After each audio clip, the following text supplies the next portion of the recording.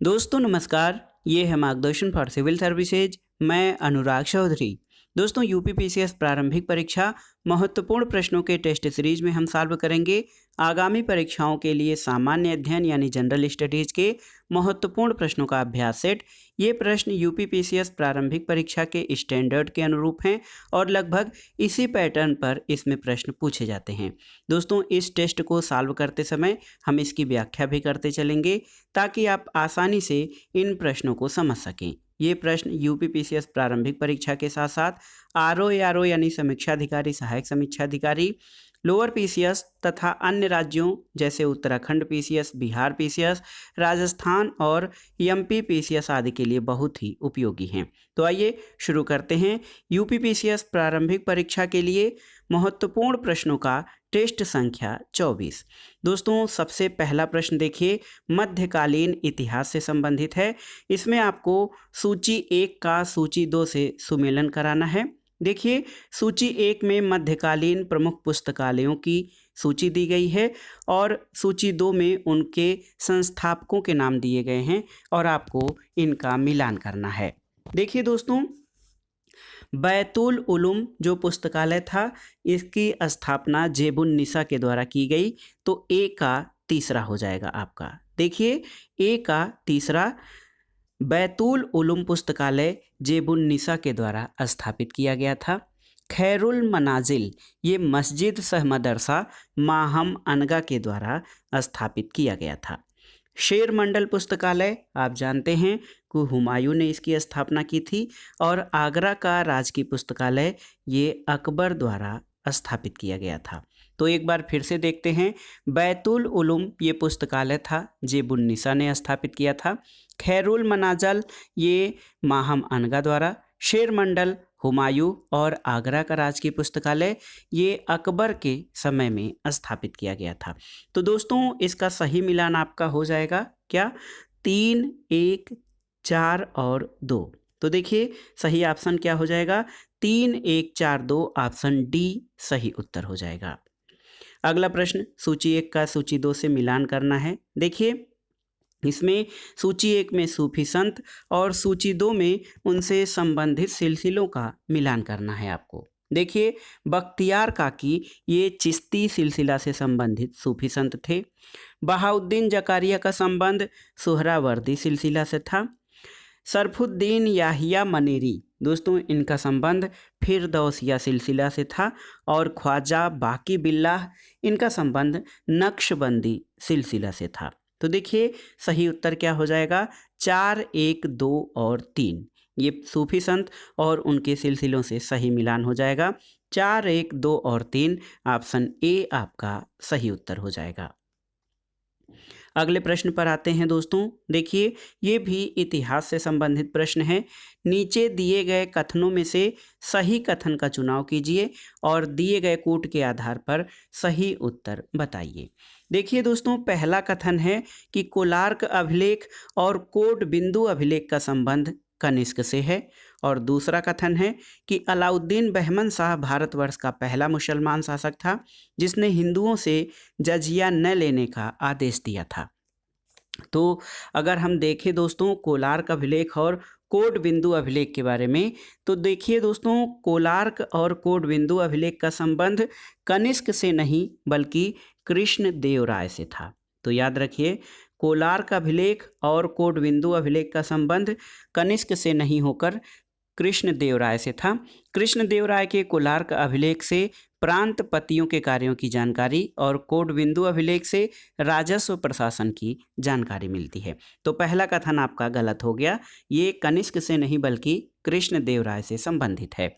और दूसरा कथन है कि अलाउद्दीन बहमन शाह भारतवर्ष का पहला मुसलमान शासक था जिसने हिंदुओं से जजिया न लेने का आदेश दिया। तो दोस्तों बहमनी शासक अलाउद्दीन बहमन शाह भारतवर्ष का पहला मुसलमान शासक था जिसने हिंदुओं से जजिया कर न लेने का आदेश दिया था। इसके अतिरिक्त उसने अपने राज्य में सभी प्रकार की कृषि उपज को निःशुल्क कर दिया था। तो सही उत्तर केवल 2 हो जाएगा। ऑप्शंस देख लेते हैं, केवल 2 ऑप्शन बी आपका सही उत्तर है। अगले प्रश्न पर आते हैं दोस्तों, मुगल दरबार में अभिवादन के तरीके से संबंधित सही कथन की पहचान कीजिए और नीचे दिए गए कूट के आधार पर सही उत्तर का चयन कीजिए। देखिए, सिजदा और जमीबोसी की प्रथा जहांगीर द्वारा शुरू की गई, तो सिजदा और जमीबोसी की प्रथा जहांगीर द्वारा नहीं शुरू की गई थी, ये गलत हो जाएगा। कोर्निश की शुरुआत हुमायूं ने की, ये सही है। तस्लीम की शुरुआत अकबर ने की, सही नहीं है। 4 तस्लीम प्रथा शाहजहां ने प्रारंभ की थी, ये आपका सही है। दोस्तों देखिए, मुगल दरबार में सबसे पहले अकबर द्वारा सिजदा और जमीबोसी की शुरुआत की गई थी, तो ये जहांगीर ने नहीं बल्कि ये अकबर के द्वारा शुरू की गई थी सिजदा और जमीबोसी की प्रथा। दूसरी बात यह है कि सिजदा और पैबोस प्रथा की शुरुआत सल्तनत काल में बलबन द्वारा की गई थी और कोर्निश प्रथा, देखिए कोर्निश प्रथा की शुरुआत हुमायूं द्वारा की गई। कोर्निश क्या है? तो कोर्निश दोस्तों, इसमें दरबारी दाएं हाथ की तलहटी को ललाट पर रखकर आगे की ओर सिर झुकाते थे और ये कोर्निश प्रथा थी, इसको हुमायूं ने शुरू किया था। और तस्लीम की शुरुआत हुमायूं द्वारा की गई थी, तो याद रखिएगा तस्लीम की शुरुआत अकबर ने नहीं बल्कि हुमायूं ने की थी। और दोस्तों देखिए, 4 तस्लीम प्रथा की शुरुआत शाहजहां ने की थी। 4 तस्लीम प्रथा ये थी कि जिसमें व्यक्ति दायां हाथ जमीन पर रखकर हाथ को धीरे धीरे ऊपर उठाते हुए खड़ा होकर तलहटी को सिर के ऊपर रखता था। तो इसमें देख सकते हैं आप कौन कौन से कथन सही हैं। कथन 2 कि कोर्निश की शुरुआत हुमायूं ने की, ये सही है। और कथन 4 सही है कि 4 तस्लीम की प्रथा शाहजहां ने प्रारंभ की थी। तो देखिए 2 और 4 विकल्प देख लेते हैं। विकल्प बी आपका सही उत्तर है, 2 और 4 इनमें सही हैं। अगले प्रश्न पर आते हैं दोस्तों, मुगल काल की राजधानियों के बारे में नीचे दिए गए शहरों में से कौन सा शहर मुगल राजधानी में शामिल नहीं रहा? ऑप्शन है बुरहानपुर, जौनपुर, देवराई और मांडू। तो इसमें देखिए, देवराई और मांडू शहर ये मुगल काल की राजधानियों में शामिल नहीं रहे, तो नहीं रहे ये पूछा गया है। तो सही उत्तर क्या हो जाएगा दोस्तों? ये ऑप्शन सी आपका सही उत्तर हो जाएगा। देखिए, मुगल शासकों द्वारा समय समय पर अपनी सुविधानुसार राजधानियों में परिवर्तित किया गया। आगरा 1556 से 1584 तक राजधानी रही। फतेहपुर सीकरी 1569 से 1584 तक। और पानी की असुविधा के कारण अकबर ने फतेहपुर सीकरी को छोड़ दिया और कुछ समय के लिए प्रशासनिक मुख्यालय जो राजधानी थी जौनपुर को 1567 और लाहौर को 1585 से 1599 में रखा। और शाहजहानाबाद मुगलों की अंतिम राजधानी बनी। दक्षिण में मुगल साम्राज्य की राजधानी बुरहानपुर थी। तो देखिए, बुरहानपुर और जौनपुर ये मुगल शासन की राजधानियों में शामिल रहा है, देवराई और मांडू नहीं। तो 3 और 4 आपके सही उत्तर हो जाएंगे। अगला प्रश्न देखिए, जैव विविधता यानी पर्यावरण पारिस्थितिकी से संबंधित है। निम्नलिखित कथनों में कौन सा सही नहीं है?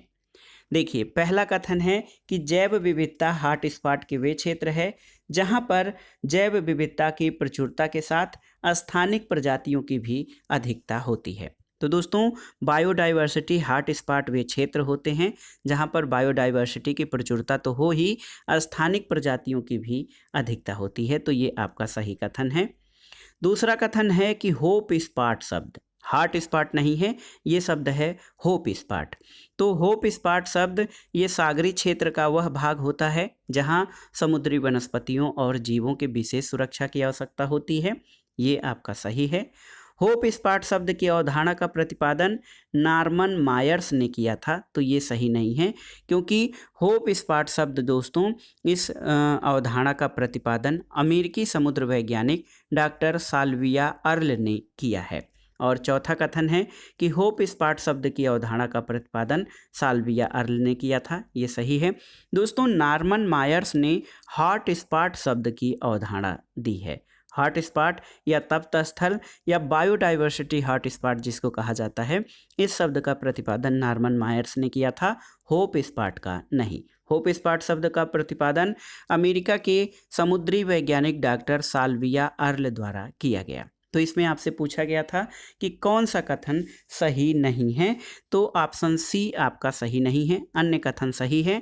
होप स्पॉट की अवधारणा का प्रतिपादन नॉर्मन मायर्स ने नहीं बल्कि साल्विया अर्ल द्वारा किया गया था। अगला प्रश्न बहुत ही महत्वपूर्ण है, देखिए, मालवन समुद्री अभयारण्य भारत के किस राज्य में स्थित है? ऑप्शन है आपके गुजरात, महाराष्ट्र, तमिलनाडु या गोवा। तो सही उत्तर है ऑप्शन बी, महाराष्ट्र में। दोस्तों, मालवन समुद्री अभयारण्य महाराष्ट्र के सिंधुदुर्ग जिले में है। याद रखिएगा, सिंधुदुर्ग जिले में है मालवन समुद्री अभयारण्य। और गुजरात की कच्छ की खाड़ी राष्ट्रीय अभयारण्य, तमिलनाडु में पॉइंट कैलीमेरी अभयारण्य और गोवा में कोराव द्वीप अभयारण्य है। तो याद रखिएगा, मालवन समुद्री अभयारण्य भारत के महाराष्ट्र में स्थित है। अगले प्रश्न पर आते हैं, निम्नलिखित कथनों में कौन सा सही है? देखिए, कौन सही है इसका मतलब अन्य कथन आपके गलत हैं, केवल एक कथन इसमें सही होगा, उसको आपको बताना है। देखिए, खराई ऊँट मुख्यतः राजस्थान में पाया जाता है, जिसे रेगिस्तान का जहाज कहते हैं। दोस्तों देखिए, खराई ऊँट राजस्थान में नहीं बल्कि गुजरात में पाया जाता है। तो याद रखिएगा, राजस्थान में नहीं बल्कि गुजरात में पाया जाता है। दूसरा कथन है कि ग्रेट इंडियन बस्टर्ड मुख्यतः अरुणाचल प्रदेश में पाया जाता है। तो दोस्तों, ग्रेट इंडियन बस्टर्ड ये अरुणाचल प्रदेश में नहीं, ये राजस्थान और गुजरात में पाया जाता है। तो ये भी गलत हो गया, ये अरुणाचल प्रदेश में दिया गया है, जो कि गलत है। ग्रेट इंडियन बस्टर्ड, जिसको सोन चिरैया कहते हैं, ये राजस्थान और गुजरात में पाया जाता है। तीसरा है कि डांसिंग डियर संगाई मणिपुर में पाया जाता है। ये दोस्तों आपका सही कथन है। डांसिंग डियर यानी संगाई मणिपुर का राजकीय पशु है, जो केबुल लामजाओ राष्ट्रीय उद्यान में पाए जाते हैं। और आप जानते हैं, केबुल लामजाओ राष्ट्रीय उद्यान मणिपुर के लोकटक झील में स्थित है। दोस्तों, इसके अलावा चौथा कथन है कि ड्यूगोंग पश्चिमी घाट के जंगलों में पाए जाते हैं। तो ये गलत है, क्योंकि ड्यूगोंग, जिसको समुद्री गाय कहा जाता है, ये कच्छ की खाड़ी, मन्नार की खाड़ी और अंडमान निकोबार द्वीप समूह के समुद्री क्षेत्रों में पाया जाता है। तो इसमें आपसे पूछा गया था कि कौन सा सही कथन है, तो सही कथन ऑप्शन सी है। डांसिंग डियर, जिसको संगाई कहा जाता है, ये मणिपुर के केबुल लामजाओ राष्ट्रीय उद्यान में पाया जाता है। अगले प्रश्न पर आते हैं, माइक्रोबीड्स यानी सूक्ष्म प्लास्टिक के संदर्भ में कौन सही नहीं है? देखिए, यह 5 मिलीमीटर या उससे कम आकार का होता है। देखिए, पहला कथन है कि यह 5 मिलीमीटर या उससे कम आकार का होता है, ये आपका सही है। यह समुद्री पारितंत्र तक नहीं पहुंच पाता, ये सही नहीं है, क्योंकि ये समुद्री पारितंत्र के लिए प्लास्टिक बहुत बड़ा खतरा है और सूक्ष्म प्लास्टिक उसमें बहुत ही महत्वपूर्ण होता है। इसका निर्माण नायलॉन, पॉलीथीन, पॉलीप्रोपिलीन आदि से होता है, ये भी सही है। और यह जैव निम्नीकरण नहीं होता है, ये भी सही है। तो इसमें दोस्तों, माइक्रोबीड्स या सूक्ष्म प्लास्टिक के संदर्भ में ऑप्शन बी आपका सही नहीं है, अन्य कथन सही है। वर्तमान में दोस्तों, समुद्री पारितंत्र के लिए प्लास्टिक बहुत बड़ा खतरा है और सूक्ष्म प्लास्टिक एक गंभीर समस्या है। ये सीवर के सहारे नदियों, सागरों, महासागरों में जाकर संग्रहित होता जा रहा है और ये जैव निम्नीकरणीय नहीं यानी बायोडिग्रेडेबल नहीं होने के कारण ये भविष्य के लिए बहुत बड़ी चिंता का विषय है। अगले प्रश्न पर आते हैं, ध्वनि प्रदूषण के संदर्भ में निम्नलिखित में से कौन सही नहीं है, आपको बताना है। इसका मापन डेसिबल से होता है, सही है। डेसिबल मापन माइनस से प्रारंभ होता है, ये सही नहीं है। मनुष्य के कान 20 हर्ट्ज से 20,000 हर्ट्ज तक की ध्वनि सुन सकते हैं, सही है। और वायु प्रदूषण निवारण तथा नियंत्रण अधिनियम 1981 में संशोधन करते हुए 1987 में दोस्तों ध्वनि प्रदूषकों को भी इसी में शामिल कर लिया गया है। तो आपसे पूछा गया था कि ध्वनि प्रदूषण के बारे में सही कौन सा नहीं है, तो ये ऑप्शन बी आपका सही नहीं है। डेसिबल का मापन माइनस से शुरू होता है, ये गलत है, क्योंकि डेसिबल मापन 0 से प्रारंभ होता है। WHO यानी विश्व स्वास्थ्य संगठन ने दोस्तों नगरीय क्षेत्रों में ध्वनि की उच्चतम सीमा कितनी रखी है? 45 डेसिबल। देखिए, WHO के मानकों के अनुसार शहरी क्षेत्रों में ध्वनि की उच्चतम सीमा 45 डेसिबल निर्धारित किया गया है और ध्वनि प्रदूषण के संदर्भ में कोई अलग से विशेष अधिनियम नहीं है, बल्कि इसे वायु प्रदूषण निवारण और नियंत्रण अधिनियम 1981 के अंतर्गत 1987 में शामिल किया गया था। अब आइए अगले प्रश्न पर आते हैं दोस्तों। देखिए, जल प्रदूषण का मापन किया जाता है कैसे? ऑप्शन है आपके सीओडी द्वारा, बीओडी द्वारा, डीओ द्वारा या उपर्युक्त सभी द्वारा। तो सही उत्तर है जल प्रदूषण का मापन दोस्तों उपर्युक्त सभी के द्वारा किया जाता है। देखिए, डीओ यानी डिजॉल्व्ड ऑक्सीजन, डीओ का फुल फॉर्म होता है डिजॉल्व्ड ऑक्सीजन यानी घुलित ऑक्सीजन। बीओडी का मतलब होता है बायोलॉजिकल ऑक्सीजन डिमांड यानी जैविक ऑक्सीजन मांग, और सीओडी का मतलब होता है केमिकल ऑक्सीजन डिमांड। तो ये सारी विधियां जल प्रदूषण यानी वाटर पोल्यूशन के मापन के लिए प्रयुक्त की जाती हैं। इसके अलावा एमपीएन यानी मोस्ट पोर्टेबल नंबर, सर्वाधिक संभाव्य संख्या, जिसमें ई कोलाई जीवाणुओं की संख्या का आकलन करके भी जल प्रदूषण का मापन किया जाता है। तो याद रखिएगा दोस्तों, जल प्रदूषण का मापन इन सभी विधियों से किया जाता है। सीओडी यानी केमिकल ऑक्सीजन डिमांड, बीओडी यानी बायोलॉजिकल ऑक्सीजन डिमांड और डीओ यानी डिजॉल्व्ड ऑक्सीजन, इन सभी विधियों से जल प्रदूषण का मापन किया जाता है। अगले प्रश्न पर आते हैं कि जब एक प्रजाति को लाभ हो रहा हो और दूसरी अप्रभावित रहती है तो उसे कौन सी अंतःजातीय अन्योन्य क्रिया कहते हैं? ऑप्शन है आपके सहभोजिता, सहजीविता, परजीविता या फिर परभक्षण। तो सही उत्तर है दोस्तों सहभोजिता। ऑप्शन ए सही उत्तर है। सहभोजिता में एक प्रजाति लाभान्वित होती है और दूसरी प्रजाति अप्रभावित होती है, यानी उसे न तो लाभ होता है न हानि। वहीं अगर परजीविता की बात करें और परभक्षण को, तो एक को लाभ होता है, दूसरों को हानि होती है। जबकि सहजीविता में क्या होता है, दोनों पक्षों को लाभ होता है। देखिए, सहजीविता में दोनों पक्षों को लाभ होता है। परजीविता और परभक्षण में अंतर ये है कि परजीविता में निरंतर लाभ और हानि का चक्र चलता रहता है, जबकि परभक्षण में एक को लाभ होता है, दूसरे की मृत्यु हो जाती है। तो याद रखिएगा, जब एक प्रजाति को लाभ हो रहा है, दूसरी अप्रभावित रहती है, तो उसे सहभोजिता कहा जाता है। अगला प्रश्न कथन कारण से संबंधित है दोस्तों। कथन है कि जलीय पारिस्थितिकी तंत्र में बायोमास का पिरामिड उल्टा हो सकता है। कारण है कि जलीय पारितंत्र के उत्पादक सूक्ष्म पादप प्लवक होते हैं जो तीव्र गति से जनन करते हैं।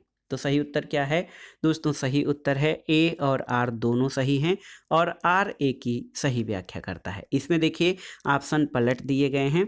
पहले ये ऑप्शन कि ए और आर दोनों सही हैं और आर ए की सही व्याख्या करता है, ये ऑप्शन ये ए में रहता है अक्सर, जो हमेशा ऐसे ही पूछा जाता है उत्तर, लेकिन यहाँ पर ऑप्शन पलट गया है, तो इसलिए आप इसको अच्छे से देखिएगा। जलीय पारिस्थितिकी तंत्र में बायोमास का पिरामिड उल्टा हो सकता है क्योंकि जलीय पारितंत्र के उत्पादक सूक्ष्म पादप प्लवक होते हैं और ये तेजी से वृद्धि और जनन करते हैं।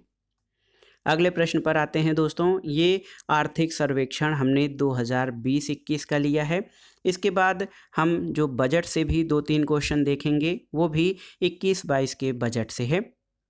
तो इसके बाद हम दोस्तों 22-23 जो 2022-23 हमारा लेटेस्ट बजट है, उसको हम उस पे संबंधित जो महत्वपूर्ण प्रश्न हैं उसको आगे एक वीडियो में कवर कर देंगे। ये पुराना प्रश्न है लेकिन महत्वपूर्ण है। देखिए, आर्थिक सर्वेक्षण या इकोनॉमिक सर्वे 2020-21 किसके लिए समर्पित है आपको बताना है। तो उत्तर है दोस्तों कोविड-19 योद्धा। ऑप्शन डी देखिए सही उत्तर हो जाएगा। आर्थिक सर्वेक्षण या आर्थिक समीक्षा 2020-21 कोविड-19 योद्धाओं के लिए समर्पित किया गया है। अगला प्रश्न है निम्नलिखित में से भारत किस कृषि वस्तु के विश्व में उत्पादन की दृष्टि से प्रथम स्थान पर है? दूध, अंडे, मत्स्य पालन और मांस में। तो सही उत्तर है दोस्तों भारत विश्व में दुग्ध उत्पादन में प्रथम स्थान पर है, अंडा उत्पादन में तीसरे स्थान पर, मांस उत्पादन में 5वें और मछली उत्पादन में दूसरे स्थान पर रहा है। तो यहाँ पर जो प्रश्न पूछा गया है कि भारत किस कृषि वस्तु के विश्व उत्पादन में प्रथम स्थान पर है, तो केवल दूध के, ये ऑप्शन ए आपका सही हो जाएगा। अगले प्रश्न पर आते हैं। निम्नलिखित में से अंतर्राष्ट्रीय सौर गठबंधन यानी ISA, जिसको इंटरनेशनल सोलर अलायंस कहा जाता है, ISA द्वारा कौन सी पहल आरंभ की गई है? देखिए, देख सकते हैं ऑप्शंस हैं यह एक विश्व एक सूर्य एक ग्रिड पहल इसके द्वारा शुरू की गई है। विश्व सौर बैंक यानी वर्ल्ड सोलर बैंक इसके द्वारा गठित किया गया है। संधाड़ी यानी संपोषणी जलवायु कार्रवाई के लिए गठबंधन और विश्व सौर तकनीकी सम्मेलन। तो आप देख सकते हैं दोस्तों, अंतर्राष्ट्रीय सौर गठबंधन द्वारा ये सभी पहलें प्रारंभ की गई हैं। तो ऑप्शन क्या हो जाएगा? ऑप्शन आपका हो जाएगा ये चारों पहल। देख सकते हैं आप, चारों पहल जैसे विश्व सौर बैंक, संधाड़ी जलवायु कार्रवाई के लिए गठबंधन, एक सूर्य एक विश्व एक ग्रिड पहल और विश्व सौर तकनीकी सम्मेलन, ये सारी पहल अंतर्राष्ट्रीय सौर गठबंधन द्वारा प्रारंभ की गई हैं। आपकी जानकारी के लिए बता दें कि अंतर्राष्ट्रीय सौर गठबंधन का मुख्यालय गुरुग्राम हरियाणा में है। अगला प्रश्न है कि बीमा क्षेत्र में प्रत्यक्ष विदेशी निवेश की सीमा कितने प्रतिशत वृद्धि कर दी गई है? तो याद रखिएगा दोस्तों, बीमा क्षेत्र में एफडीआई यानी प्रत्यक्ष विदेशी निवेश की सीमा को 49% से बढ़ाकर 74% यानी 74% कर दिया गया है। अगला प्रश्न है कि बजट 21-22 में विनिवेश का लक्ष्य कितना रखा गया था? तो याद रखिएगा दोस्तों, बजट 2021-22 में राजकोषीय घाटा को 6.8% करने का लक्ष्य रखा गया, जबकि 20-21 में ये 9.5% था और 2025-26 में इसके 4.5% लाने का लक्ष्य रखा गया है। और बजट 2021-22 में सरकार ने 1.75 लाख करोड़ रुपए का विनिवेश लक्ष्य रखा है। ऑप्शन ए आपका सही उत्तर है। अगले प्रश्न पर आते हैं, राजकोषीय घाटे के बारे में विचार कीजिए। तो ये जो कहा गया है 2020-21 में राजकोषीय घाटा 6.8% रखने का लक्ष्य है और देखिए, जबकि 2020-21 में 9.5% था। और दूसरा कथन कि राजकोषीय घाटा को 2025-26 तक जीडीपी के 4.5% तक लाने का लक्ष्य है। तो दोस्तों, 1 और 2 कथन दोनों ही आपके सही हैं। ऑप्शन सी सही उत्तर हो जाएगा। अगला प्रश्न ये 2021-22 के बजट पर आधारित, ये जो हमने पहले ही बताया है आपको कि ये प्रश्न है। देखिए, 2022-23 का जो बजट है उसके आंकड़े हम कल परसों में आपको एक वीडियो को रूप में समाहित करके दे देंगे, जो कि आगामी परीक्षा के लिए महत्वपूर्ण होगा। देखिए, बजट 2021-22 में राजस्व की प्राप्ति, ऋण और अन्य देनदारियां 36% हैं और जीएसटी आपका देखिए 15%, आयकर ये दोस्तों 14% और निगम कर 13% है। तो सही उत्तर क्या हो जाएगा? सही कूट हो जाएगा ऑप्शन सी आपका 4, 1, 2 और 3। अगला प्रश्न देखिए, रुपए खर्च करने का जो मद है 2021-22 के बजट के अनुमान के आधार पर या 21-22 के बजट आधार पर दोस्तों, ब्याज अदायगी में कितना रुपया व्यय होता है? तो ब्याज अदायगी में 20% व्यय होता है। कर में राज्यों का हिस्सा, ये बड़ा हिस्सा है 16%, केंद्र प्रायोजित योजनाओं में 9% और अन्य खर्च में 10%। ये बजट 2021-22 के लिए ये आंकड़े हैं। तो सही उत्तर इसमें हो जाएगा कौन सा? सही उत्तर आपका ऑप्शन बी हो जाएगा, 2, 3, 4 और 1। अगला प्रश्न देखिए, बहुत ही महत्वपूर्ण है। राष्ट्रीय विधि विश्वविद्यालय यानी नेशनल लॉ यूनिवर्सिटी की स्थापना किए जाने का निर्णय कहाँ पर किया गया है?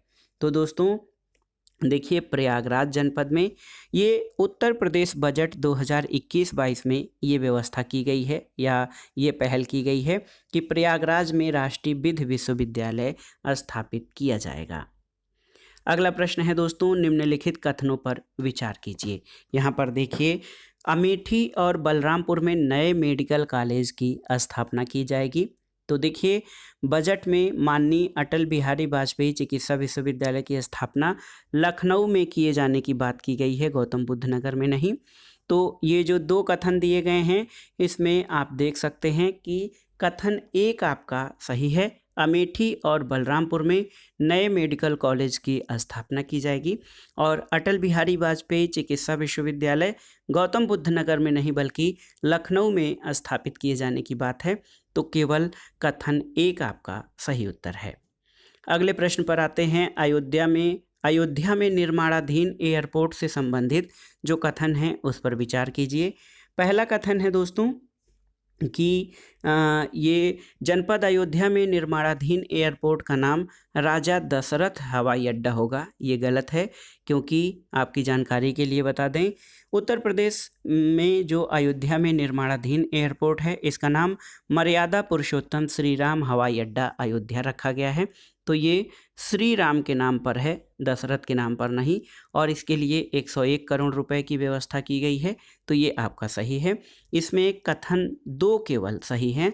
ऑप्शन बी आपका सही उत्तर हो जाएगा। अगले प्रश्न पर आते हैं दोस्तों। देखिए, ये आधुनिक भारत के इतिहास से संबंधित है। आप देख सकते हैं, कथन है कि पाश्चात्य शिक्षा के प्रसार को ब्रिटिश सरकार अपना उद्देश्य बनाए। ये किसके संदर्भ में था? 1854 के चार्ल्स वुड के घोषणा पत्र से संबंधित जो सिफारिशें थी, उनमें आप देखिए कि कौन से कथन सही हैं। देखिए, पाश्चात्य शिक्षा के प्रसार को ब्रिटिश सरकार अपना उद्देश्य बनाए, ये आपका सही है। कंपनी के 5 प्रांतों में लोक शिक्षा विभाग की स्थापना की जाए, ये भी सही है। और दिल्ली, इलाहाबाद और कलकत्ता में 3 विश्वविद्यालय स्थापित किए जाएं, ये सही नहीं है, क्योंकि 3 विश्वविद्यालय कोलकाता, बम्बई और मद्रास में स्थापित किए जाने की व्यवस्था जो है वुड डिस्पैच के अंतर्गत की गई थी। तो सही उत्तर हो जाएगा दोस्तों, कथन 1 और 2 आपके सही हैं। तीसरा कथन सही नहीं है। विश्वविद्यालय बनाने की व्यवस्था की गई थी लंदन विश्वविद्यालय की तर्ज पर कलकत्ता, बम्बई और मद्रास में 3 यूनिवर्सिटी की स्थापना करने की बात की गई थी चार्ल्स वुड घोषणा पत्र में। तो सही उत्तर क्या हो जाएगा? कथन 1 और 2 आपके सही हैं। ऑप्शन डी सही उत्तर हो जाएगा। अगले प्रश्न पर आते हैं दोस्तों। देखिए, मद्रास महाजन सभा की स्थापना 1880 में की गई थी। तो कौन सा कथन सही है? इन कथनों पर विचार करना है। दूसरा कथन है कि एम वीर राघवाचारी, जी सुब्रमण्यम अय्यर और आनंद चार्लू इसके संस्थापक सदस्य थे। तो इसमें कौन सा कथन सही है? दोस्तों, इसमें देखिए, केवल कथन 2 आपका सही है कि मद्रास महाजन सभा के संस्थापक सदस्यों में एम वीर राघवाचारी, जी सुब्रमण्यम अय्यर और आनंद चार्लू प्रमुख थे। इसके अलावा पी रंगिया नायडू को इसका अध्यक्ष और वीर राघवाचारी और आनंद चार्लू को इसका सचिव चुना गया था। तो ये आपका कथन 2 सही है, लेकिन मद्रास महाजन सभा की स्थापना 1880 में की गई थी, ये कथन सही नहीं है। आप जान लीजिए, मद्रास महाजन सभा की स्थापना 1884 में की गई थी, न कि 1880 में। तो इस प्रश्न में कथन 2 केवल सही है। ऑप्शन बी सही उत्तर हो जाएगा। अगला प्रश्न सूची 1 का सूची 2 से मिलान कराना है और दिए गए कोड के आधार पर सही उत्तर का चयन करना है। देखिए, भारतीय राष्ट्रीय उदार संघ, इसकी स्थापना सुरेंद्र नाथ बनर्जी द्वारा की गई थी। ए का दूसरा। यूनाइटेड इंडिया पैट्रियाटिक एसोसिएशन, ये सर सैयद अहमद खान द्वारा। बी का पहला। बम्बई प्रेसिडेंसी एसोसिएशन, फिरोज शाह मेहता द्वारा इसकी स्थापना की गई। सी का चौथा। और London Indian Committee, Purushottam Mudaliar द्वारा स्थापित किया गया था। तो सही मिलान आपका हो जाएगा 2 1 4 3। देखते हैं ऑप्शन दोस्तों, 2 1 4 3। ऑप्शन डी आपका सही उत्तर है। एक बार फिर से देखते हैं। भारतीय राष्ट्रीय उदार संघ, Surendra Nath Banerjee. United India Patriotic Association की स्थापना sir Syed Ahmed Khan. Bombay Presidency Association की स्थापना फिरोज शाह मेहता। और London Indian Committee Purushottam Mudaliar द्वारा स्थापित किया गया था। अगला प्रश्न है, कार्लाइल सर्कुलर से संबंधित निम्नलिखित कथनों में से सही कथन की पहचान कीजिए और दिए गए कोड के आधार पर सही उत्तर का चयन कीजिए।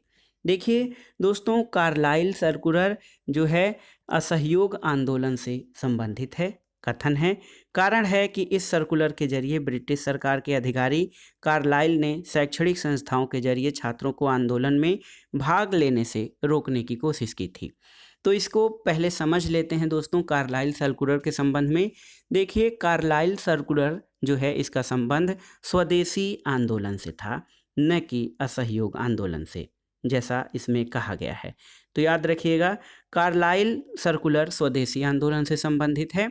और स्वदेशी आंदोलन में बड़ी संख्या में छात्रों को भाग लेता देखकर बंगाल सरकार के कार्यवाहक मुख्य सचिव कार्लाइल ने कलेक्टरों के पास पत्र भेजकर ये निर्देश दिया कि वे कॉलेजों से कहें कि वे छात्रों को आंदोलन में भाग न लेने दें, नहीं तो उनकी सरकारी सहायता बंद कर दी जाएगी। विश्वविद्यालयों से कहा गया कि ऐसी संस्थाओं की मान्यता वापस ले लें और इसी पत्र को कार्लाइल सर्कुलर के नाम से जाना जाता है। तो याद रखिएगा दोस्तों, कारण आपका सही है कि इस सर्कुलर के जरिए ब्रिटिश सरकार के अधिकारी कार्लाइल ने शैक्षणिक संस्थाओं के जरिए छात्रों को आंदोलन में भाग लेने की रोकने की कोशिश की थी, लेकिन जो कथन है कि ये असहयोग आंदोलन से संबंधित है, सही नहीं है, ये स्वदेशी आंदोलन से संबंधित है। तो इसमें दोस्तों ए सही नहीं है, आर सही है, तो सही उत्तर आपका ऑप्शन डी हो जाएगा। ए गलत परंतु आर सही है। अगले प्रश्न पर आते हैं। सूची 1 का सूची 2 से सुमेलन कराइए और दिए गए कोड के आधार पर सही उत्तर का चयन कीजिए। दोस्तों, कपाट की स्थापना 1986 में, या कपाट जो संस्था है इस कार्यक्रम की शुरुआत 1986 में की गई थी। ए का तीसरा हो जाएगा। कृषि विज्ञान केंद्र, इसकी स्थापना 1974 में किया गया। प्रथम निर्मल ग्राम पुरस्कार ये 2005 में प्रारंभ किया गया। और चलो गांव की ओर कार्यक्रम दोस्तों ये वर्ष 2006 में प्रारंभ किया गया। तो सही सुमेलन क्या हो जाएगा दोस्तों? सही सुमेलन हो जाएगा 3, 1, 2 और 4। ऑप्शन देख लेते हैं। 3, 1, 2 और 4 ये ऑप्शन आपका 3, 2, 1, 4 ये ऑप्शन सी है। तो आप देख सकते हैं कपाट कार्यक्रम 1986 में, कृषि विज्ञान केंद्र की स्थापना 1974 में, प्रथम निर्मल ग्राम पुरस्कार 2005 में और चलो गांव की ओर कार्यक्रम 2006 में शुरू किया गया था। तो दोस्तों ये था आज का अभ्यास सेट यानी टेस्ट सीरीज का, यूपीपीसीएस प्रारंभिक परीक्षा टेस्ट सीरीज का ये 24वां अभ्यास सेट था। इसमें हमने यूपीपीएससी प्रारंभिक परीक्षा के स्टैंडर्ड यानी मानक के अनुरूप स्तरीय प्रश्नों को शामिल किया है और ये प्रश्न आपके आगामी परीक्षाओं में अति संभावित और महत्वपूर्ण हैं। इनको आप तैयार कर लीजिएगा। वीडियो आपको कैसा लगा हमें कमेंट बॉक्स में ज़रूर बताइएगा। इसके अलावा यदि किसी प्रश्न के संबंध में आपको कोई शंका या दुविधा है तो हमें कमेंट बॉक्स में ज़रूर लिखिएगा, हम उसका सटीक और सही उत्तर देने की कोशिश करेंगे। वीडियो को लाइक करें, शेयर करें और इस चैनल मार्गदर्शन फॉर सिविल सर्विसेज को सब्सक्राइब करें। वीडियो देखने के लिए धन्यवाद दोस्तों। नमस्कार।